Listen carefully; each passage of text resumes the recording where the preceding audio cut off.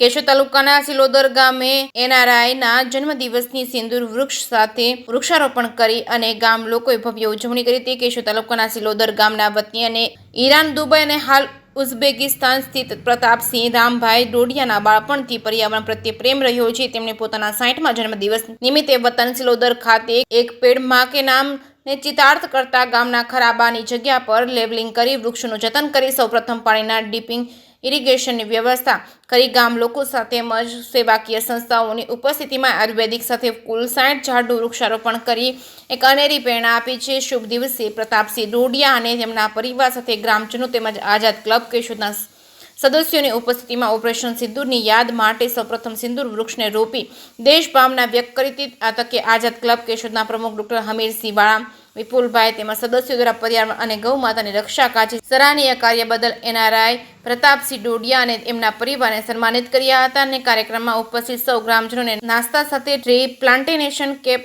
અર્પણ કરી સૌનો આભાર વ્યક્ત કર્યો હતો। જે.કે. સિંહ ગુજરાતી સાથે રાજુ પંડ્યા, કેશોદ। જય માતાજી। હું પ્રતાપસિંહ રામભાઈ ડોડિયા, ગામ સિલોદર, તાલુકો કેશોદ।